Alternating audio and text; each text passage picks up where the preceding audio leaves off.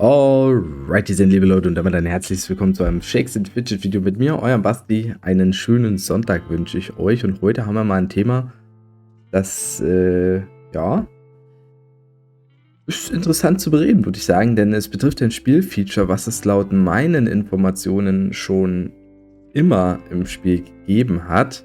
Zumindest habe ich jetzt nichts dergleichen finden können, was dagegen spricht, und habe auch jetzt 20 Minuten danach gesucht. Ich hoffe, das reicht.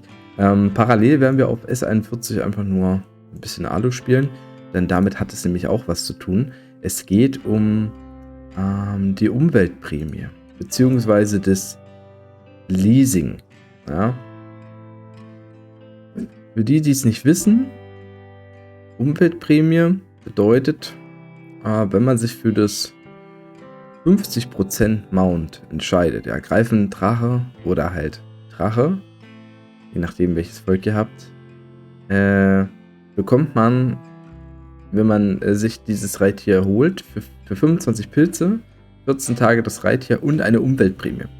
Diese Umweltprämie ist eben Gold, was man anhand des Levels erhält. Also in meinem Fall wäre es jetzt so, dass ich 2 Millionen, also 1,948 Millionen Gold bekäme als Umweltprämie dafür, dass ich mir dieses Reittier hole, was natürlich im Prinzip nicht sehr lukrativ ist, denn ich sag's mal so, ich kann Steine skippen für knapp 40 Pilze und kriege Steine, die einen Wert haben von 8 Millionen. Das heißt, mehr als doppelt so lukrativ wäre es für mich, wenn ich jetzt Gold schnell irgendwie erpilzen würde, dass ich mir halt Steine besorge und nicht das Leasing oder die Umweltprämie nutze. Aber das war früher mal ganz, ganz anders.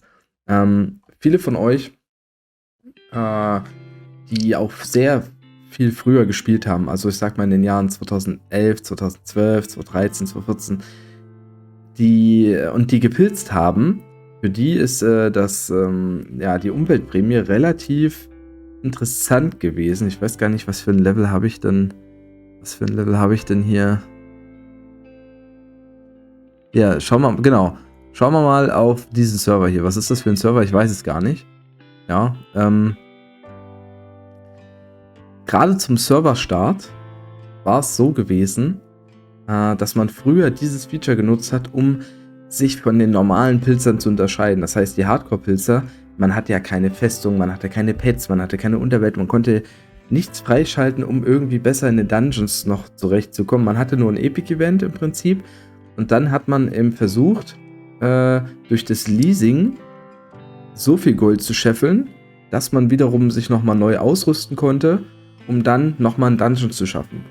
Das bedeutete, dass man dann das Reittier für sehr, sehr lange Zeit hatte. Früher, glaube ich, war es irgendwie für immer oder stand 9.999 Tage. Irgendwie gab es da Anzeigen, die gezeigt haben, okay, man hat schon Summe X an Pilzen für das Reittier ausgegeben. Das waren mehrere tausend Pilze, ich habe es jetzt nicht mehr im Kopf, wie viel man dafür ausgeben muss, um das zu schaffen. Und damit haben sich die Hardcore-Spieler nochmal abgehoben von den normalen Pilzern. Ja, es war auch damals gar nicht so lukrativ abzufarmen immer. Ne? Die Abfarmformel hat sich ja jetzt auch in den letzten Jahren nochmal verbessert. Und dann kamen irgendwann auch die Rollen dazu, oder die Hexenrollen. Also das Abfarmen war teilweise auch nicht so lukrativ wie das Leasing. Und was die Leute aber auch durch das Leasing teilweise gemacht haben, ist zum Beispiel die Gildenausbauten finanziert oder halt die Skills aufgebessert. Also nicht ausgerüstet, sondern einfach bessere Skills geholt. Und ich habe das Gefühl, auch gerade in den letzten Jahren durch diese ganzen neuen Features, ist es gar nicht mehr so wichtig wie früher, das Leasing zu betreiben. Es gibt immer noch Leute, die das zum Serverstart machen. Ich für meinen Teil bin der Meinung, dass man das nicht mehr zwingend machen muss, dass es einfach auch lukrativere Wege gibt, um an Gold zu kommen. Was aber nicht heißt, dass man es vielleicht ein, zwei Mal auch mal einsetzen kann. Also im schlimmsten Notfall, wenn man jetzt, das war jetzt auch zu niedriges Level, habe ich irgendwo ein besseres Level hier. Schauen wir mal auf W49, guck mal, da habe ich eine Quest gemacht irgendwann. Da bin ich, hier ist es der Drachengreif und sonst ist der Greifendrache, genau. Hier kriege ich 624 Gold für das Level. Wenn ich jetzt meine Festung, ja, wie hier auf Stufe 1 habe, könnte ich mit einmal leasen mir 3 Steine holen. Ne? Also das wäre noch, wenn man jetzt irgendwie es nicht schafft, Leute abzufarmen, noch eine Idee zu sagen, man nutzt die Umweltprämie. Aber ansonsten ist es aus meiner Sicht zum Serverstart auch nicht mehr so relevant, wie es halt früher mal war. Und jetzt haben wir ja auch schon gesehen, dass in meinem Level die Umweltprämie einfach wirklich nicht sehr relevant ist. Ich müsste 125 Pilze ausgeben, um einmal zu skillen. Das ist ja nicht lukrativ.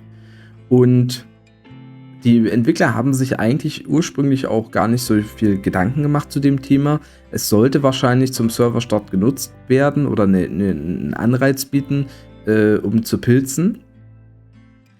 Aber mit weiterem Spielverlauf und der Weiterentwicklung des Spiels wurde da eigentlich nichts mehr gemacht. 2020 dann, als man dann doch festgestellt hat, oh, die Level der Spieler wurden erhöht, man konnte viel schneller aufsteigen schon als früher, wurde dann mal beschlossen, dieses zu cappen. Also wahrscheinlich war das dann so, dass man ab einem gewissen Level zu viel Gold bekommen hat und es wurde auf 10 Millionen gecappt. Heißt, das ist aktuell die Grenze. Jetzt ist natürlich meine Frage an euch, könnt ihr gerne in die Kommentare schreiben, was ihr für ein Level habt und wie viel euch die Umweltprämie bringt. Ich habe grob nämlich schon mal gehört, also ich dachte, dass die Umweltprämie gar nicht mehr relevant ist, weil ich ja keinen höheren Char habe als 455, aber tatsächlich im High-Level-Char steigt dann die Umweltprämie pro Level relativ rasant an, wie es ja auch mit dem Golderwerb allgemein ist. Die Goldkurve steigt an und deshalb musste dieses Feature gecapped werden auf 10 Millionen Gold. Das heißt, ab einem gewissen Level X bekommt man 10 Millionen Gold, was ein Skillpunkt ist. Und das wiederum ist wahrscheinlich der lukrativste Weg, um für Pilze schnell an Gold zu kommen. Denn, also zumindest habe ich so 2, 3 Meinungen mal mir vor einigen Wochen geholt. Und da wurde dann doch gesagt, ist das Leasing, die Umweltprämie wieder nicht gerade unrelevant, ja, weil die Skills sind ja gecapped auf 10 Millionen Gold. Dementsprechend ist es schon auch eine Idee, um seinen Char zu stärken, dass es dort Leute gibt, die hin und wieder Leasing betreiben. Ich kann es jetzt halt nicht vergleichen, weil ich nicht weiß, was die Steine bringen. Ich habe damals ein paar Spieler gefragt und bin der Meinung, dass der Konsens gewesen ist, dass das Drachenleasing ab einem gewissen Level, wo das gecapped ist, also wo man die 10 Millionen kriegt, mit der lukrativste Weg ist, für Pilze Gold zu farmen. Das ist so grob die Meinung. Das heißt, ich dachte tatsächlich immer, die Funktion ist gar nicht mehr wichtig. Ich kannte es von früher nur, weil ich ja Serverstarts mitgespielt habe, wo Spieler besser waren durch das Leasing. Und dann dachte ich, fällt dieses Feature weg. Aber tatsächlich ist es dann doch wieder hinten raus relativ wichtig. Deshalb fände ich es mal interessant zu wissen, was habt ihr für ein Level? Was bringt euch die Umweltprämie? Ihr könnt ja gerne auch bei mehreren Accounts mehrere Sachen dazu schreiben. Klar, ich hätte es mir selber anschauen können, aber es ist tatsächlich halt ein relativ einfaches Feature, weil es wirklich nur abhängig vom Level ist. Es ist nicht abhängig von irgendwelchen anderen Features, von irgendwelchen Grunen, es ist nicht abhängig vom Level der Festung, der Goldgrube, was auch immer. Es ist einfach nur abhängig von eurem Level und dementsprechend ist es auch einfach zu vergleichen. Ja, und ich wollte jetzt deshalb dieses Thema oder dieses Video mit diesem Thema betiteln, weil ich, wie gesagt, die Zeit von früher kenne und man hat damals dann immer schon geschaut, wie lange hat er denn das Reittier und dann dachte man sich, okay, da kommt man nicht hinterher und auch ich habe das damals auf Server 30, oder auf Server, ich glaube, das war auf Server 30 damals auch, dass ich das Reittier sehr, sehr lange hatte. Man hat es ja in meinem Classic-Part gesehen, da wurde auch gesagt, wenigstens reicht das Reittier dein ganzes Leben lang.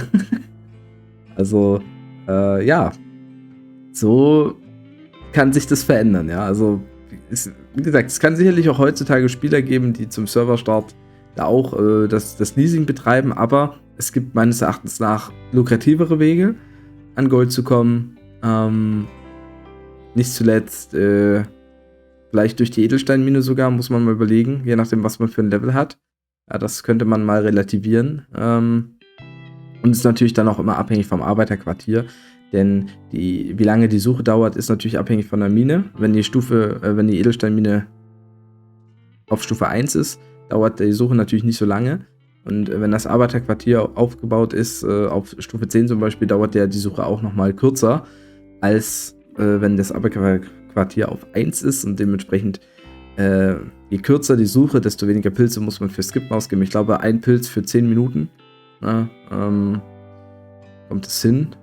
Warte mal. Wenn ich jetzt gucke, für 10 Minuten, da werden wir ja doch, das müsste grob hinkommen, bei 36 Pilze mal 6 sind 6 Stunden. Ja, das würde hinkommen, ja. Genau, also, der Greifendrache, Drachengreif, 50% Mount, die Umweltprämie haben wir jetzt hier mal besprochen und ich wünsche euch noch einen schönen restlichen Sonntag und möchte jetzt bloß noch mal zum Schluss dran erinnern, falls ihr das nicht mitbekommen habt.